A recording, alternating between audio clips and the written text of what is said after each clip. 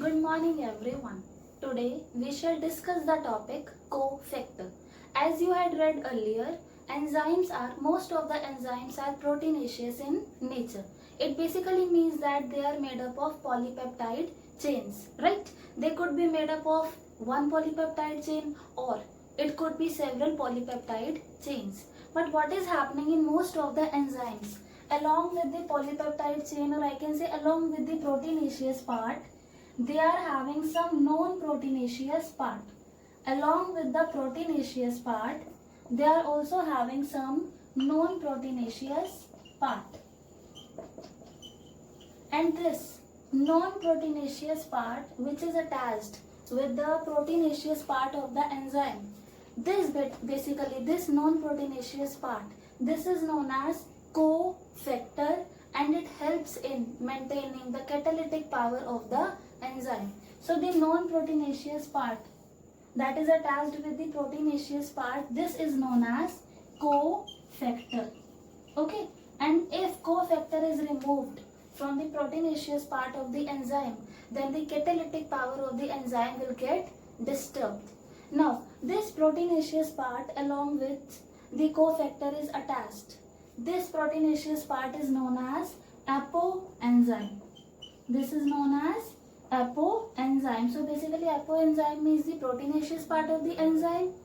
Cofactor means the non-proteinaceous part of the enzyme. Okay, now there are three types of cofactor. First is prosthetic group. Second is coenzyme.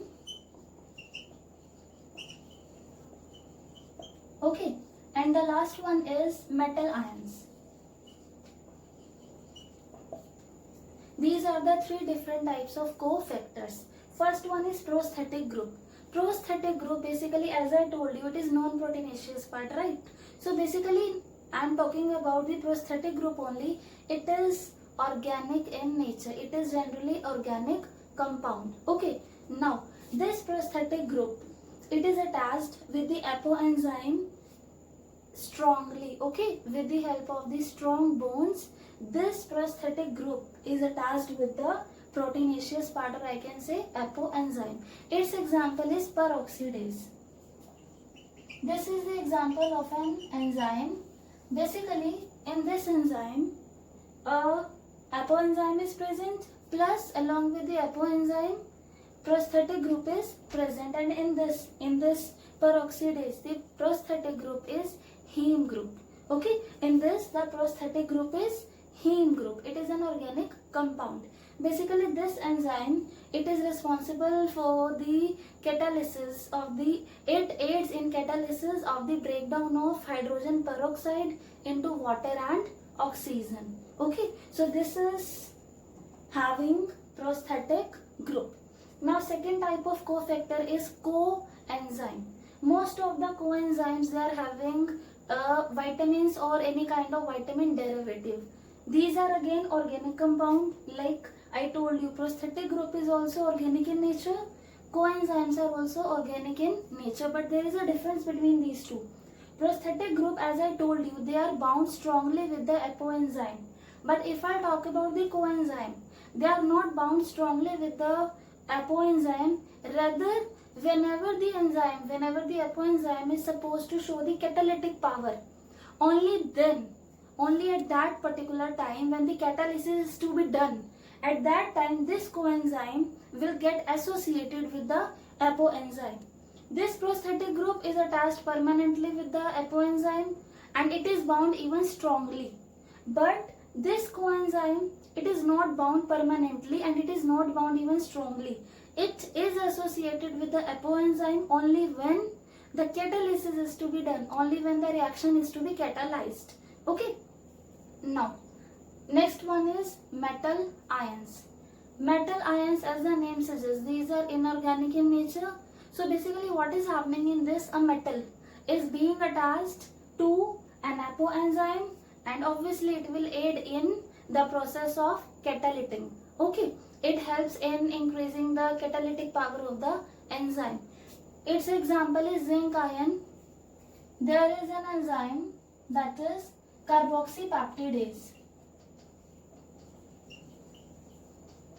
It is a proteolytic enzyme, means it helps in the catalytic breakdown of the proteins. So this is carboxypeptidase. It is having a metal ion as a cofactor. Okay, and the metal ion that is present in carboxypeptidase, it is zinc ion. So basically cofactors are the non-proteinaceous part. Like I told you, it could be organic, as prosthetic group are organic, coenzymes are organic. It could be inorganic, like metal ions are inorganic. So basically the non-proteinaceous part which is attached with the apoenzyme, this non-proteinaceous part is known as cofactor.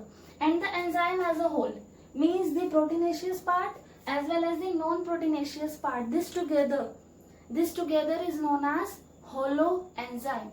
And if this cofactor is removed from the apoenzyme, or I can say from the enzyme, then catalytic power of the enzyme, it could get destroyed completely. Okay, it will be disturbed.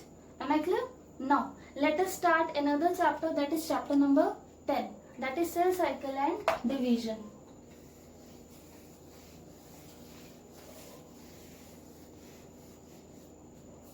Now cell cycle and division. Now in chapter number 3 you had read that the body of each and every organism starts its life from a single cell. Me, you, each and every living organism, our life starts from a single cell, and that cell is zygote. You know that sperm from the male and ova from the female, they will get fused. It results in the formation of a single cell, that is zygote. So yours life, my life, the life of each and every organism on this planet, it arises from a single cell.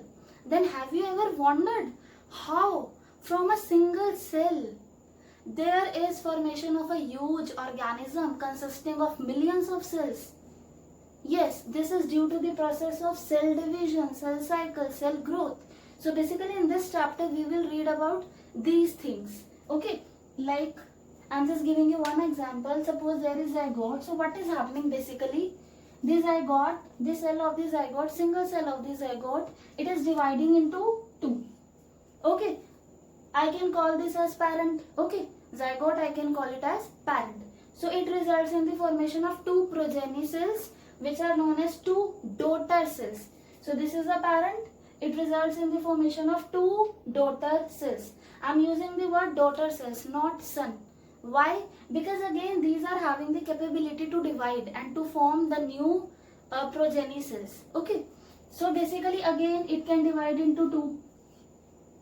This can also divide into two. So basically this is happening inside our body and inside the body of all living organisms. They are doing division, cell division. Okay, now let us study about this. What is cell division? What is cell cycle? What is growth? Now let us start with the cell growth. Growth means increase in the amount. Okay, cell growth means increase in the amount of the cell. Whatever is present in the cell, it will increase in the amount. Okay, so basically cell cycle means from where it will start, there it will, and it is a continuous process. Basically it will keep on going like this. So basically cell cycle consists of a series of events in which there is cell growth, there is duplication of DNA, then there is duplication of all the organelles or all the things that are present inside the cell, and then the organelles, the duplicated chromosomes, they are being distributed to the daughter cells. Now let us study this one by one. Basically cell cycle consists of two phases. First one is interphase and second one is M-phase. Interphase is also known as resting phase. Resting means the cell is resting. Basically in this phase, the cell is preparing itself for the process of division. Now here comes the question, how is the cell preparing itself? Basically during the interphase, that is resting phase, the cell is doubling the things that is present inside it. Means the organelles, it will get double. Okay, the DNA amount, it will get double. There will be replication of DNA. Clear? it synthesizes proteins.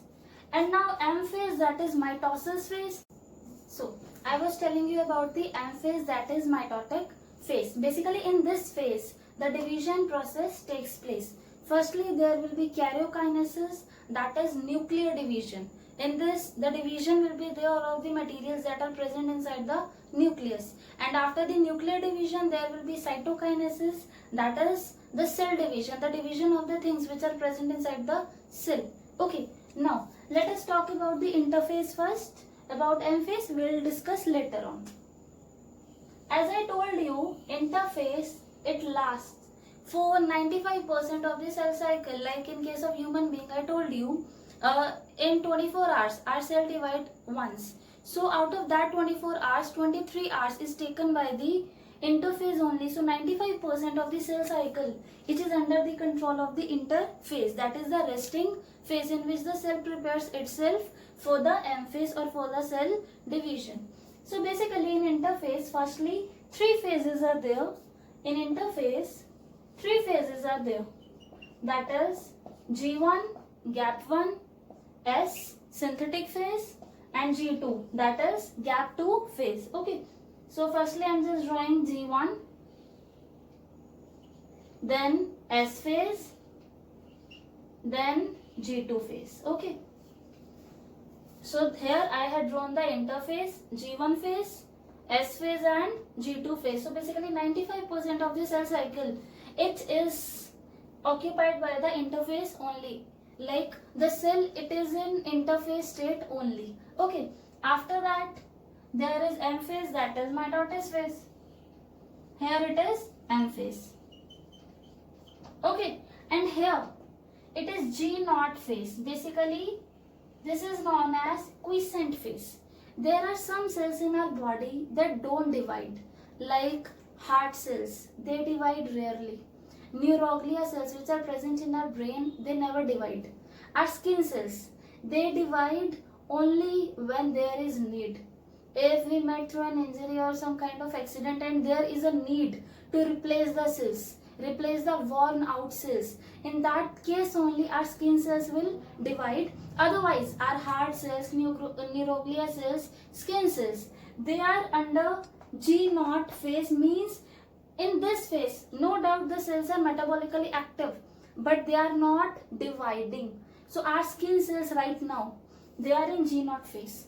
Our heart cells, they are again in G0 phase. They are active but they are not dividing. Okay, when we met through an injury or some kind of accident, then there is a need to divide. Then there is a need for our skin cells to repair. Then what will happen? They will exit from the G0 phase and then they will enter in the G1 phase of the interphase. Okay, now let us start with the interphase. First phase on the interphase is G1. In this phase, the cell is metabolically active. The cell is increasing its amount. There is no duplication of DNA in this phase. Okay, the rest things that are present inside the cell, the volume of the cell, it will get increase. Clear? Now, S phase, that is synthetic phase. In this, there is duplication of DNA. Understand the thing. DNA is getting doubled, not the chromosomes. Am I clear? Suppose if I talk about my body, my skin cell is dividing. Suppose there is an injury, my skin cell leaves the G0 phase, it enters in the G1 phase. Now after G1 phase, it will enter in the S phase. Now it will duplicate its DNA. Like in my cell, in your cell, 46 chromosomes are there, right? Each and every cell of our body contains 46 chromosomes. Each and every cell. Our body is having millions of cells. Each and every cell is having this many number of chromosomes. Okay. So now, if I talk about S phase, what will happen in the S phase? These 46 chromosomes will remain 46 only.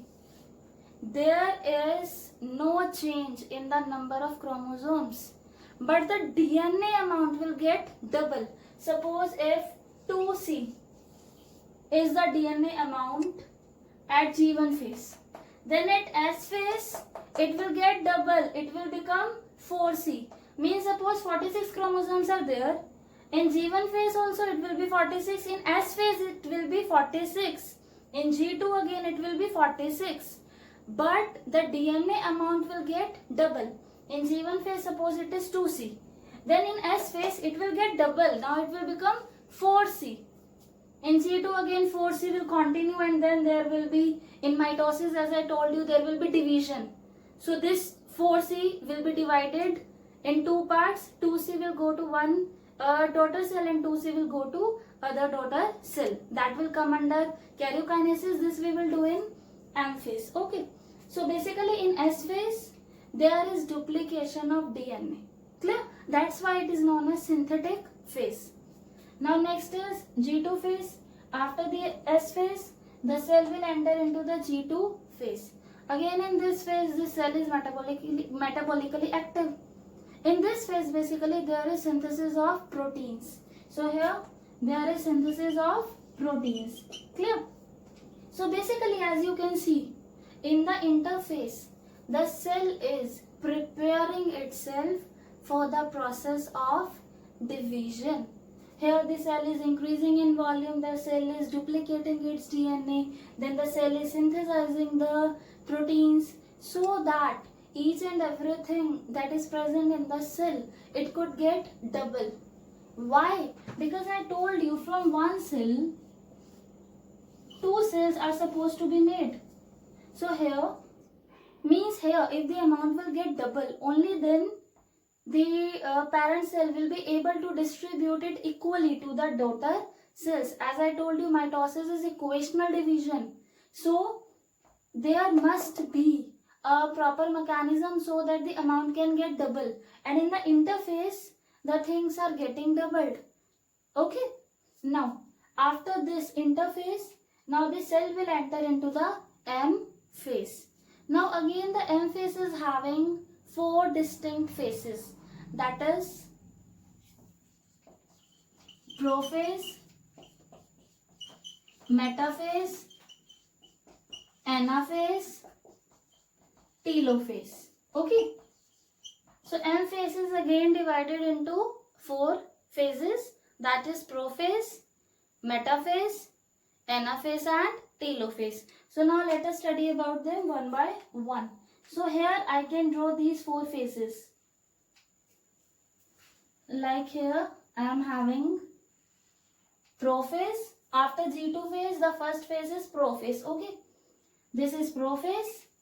After that, metaphase, anaphase, and then telophase. Okay. And after the telophase, here we had started from the one cell. After the telophase, there will be formation of how many cells? Two. Okay. Now let us study about these phases one by one.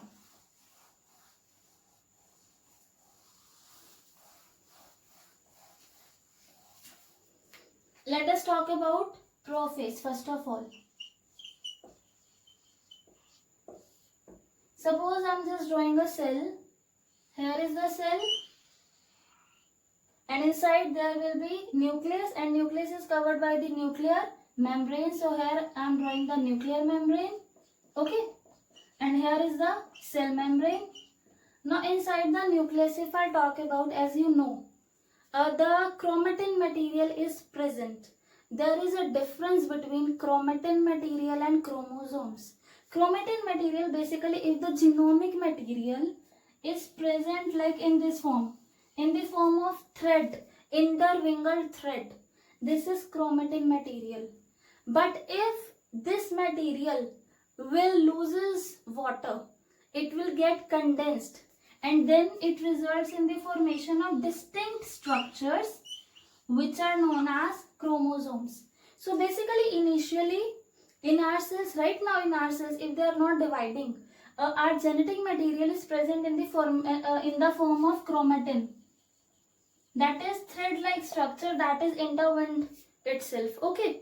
Now what will happen in prophase? Basically, suppose here chromatin material is there. Okay. Now in prophase there will be condensation of the chromatin material.